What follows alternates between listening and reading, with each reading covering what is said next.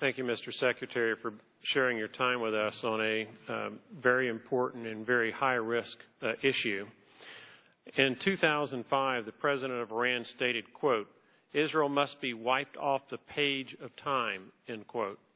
In 2006, the President of Iran said, quote, "Whether you like it or not, the Zionist regime," referring to Israel, "is on the road to being eliminated," end quote. Also in 2006, the Iranian president added that, quote, "The Zionist regime is a rotten, dried tree that will be eliminated by one storm," end quote. I emphasize that a nuclear attack on Israel certainly qualifies as being, quote, "eliminated by one storm," end quote. The Jewish community, the United States, and for that matter, almost all the rest of the world, disregarded Adolf Hitler's threats and were deceived by Hitler's promises in the 1930s, resulting in the Holocaust and murder of millions of innocent Jews.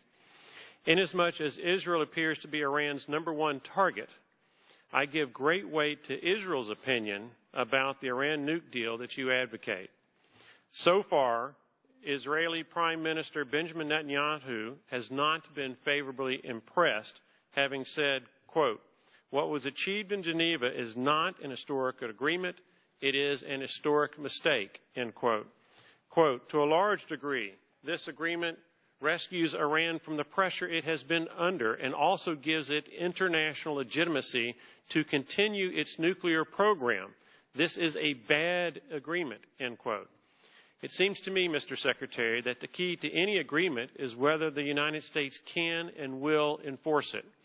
In that vein, Mr. Secretary, on April 12, 2013, the chairman of the House Armed Services Committee, Buck McKeon, and the chairman of the House Permanent Select Committee on Intelligence, Mike Rogers, sent President Obama and you a letter that states, in part, quote, "Since October, we have written to you twice with our concerns about a massive Russian violation and circumvention of an arms control obligation to the United States of great significance to this nation and to its NATO allies," end quote. Given the Obama administration's failure to enforce arms control agreements with Russia, what can you say to Israel and the rest of our allies in the Middle East to convince them that America is still a reliable ally, that America will enforce agreements with Iran or else, and that America is not ignoring history and repeating the 1930s Neville Chamberlain pattern of appeasement and retreat that helped trigger World War II and the deaths of tens of millions of people around the world? Well, let me begin, Congressman, by first of all condemning in the strongest language possible those expressions of hate and of sheer and utter insanity almost, asking for a country to be wiped off the face of the map and of time and for people to be so. That language is the most abhorrent kind of language you can find in any discourse in public life. It has no place in a reasonable world. It's unacceptable, and we should never hear that kind of language again.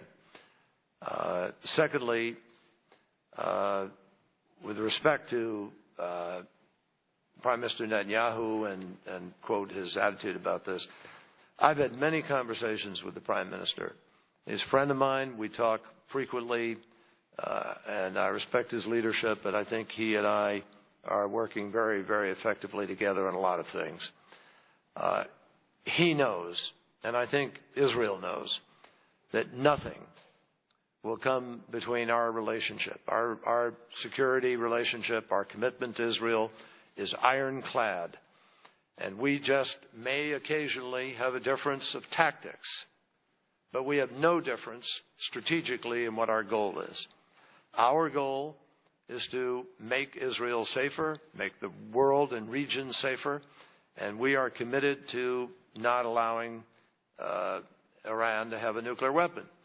And this president, I will tell you unequivocally, without any question, immeasurably, has done more to provide for the security of Israel than any other administration in history. Mr. Secretary, my time is running out. Let me conclude with one sentence. I'm going to exercise the privilege of answering your question, Congressman. I'm not just going to sit here and have Mr. Chairman, may I have 5 to 10 seconds? Excuse me. I think there's time for Mr. Brooks, both for you to ask a question and certainly for our Secretary of State to answer that question. The President has made certain that Israel has Iron Dome. Israel has the V-22 Osprey. No other nation in the world has it. Israel has weaponry no other nation has.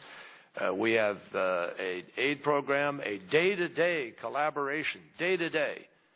Even this week, the National Security Advisor is here collaborating, talking with us about how we approach this question of dealing with Iran.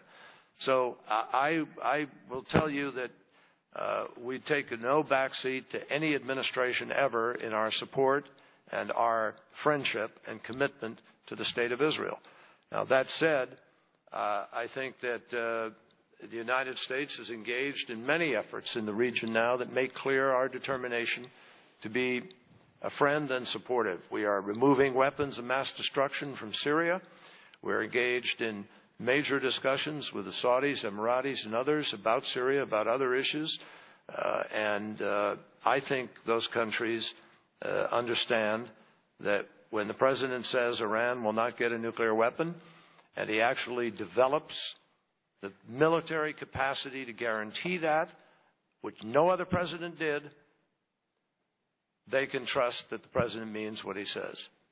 Thank you, Mr. Secretary. In April of 2009, President Obama said in Prague, quote, "Rules must be binding, violations must be punished, words must mean something," end quote. If there's anything I can do to assist you in that regard with respect to these agreements, please let me know. Absolutely, and I will tell you that we are focused on those and we take them seriously.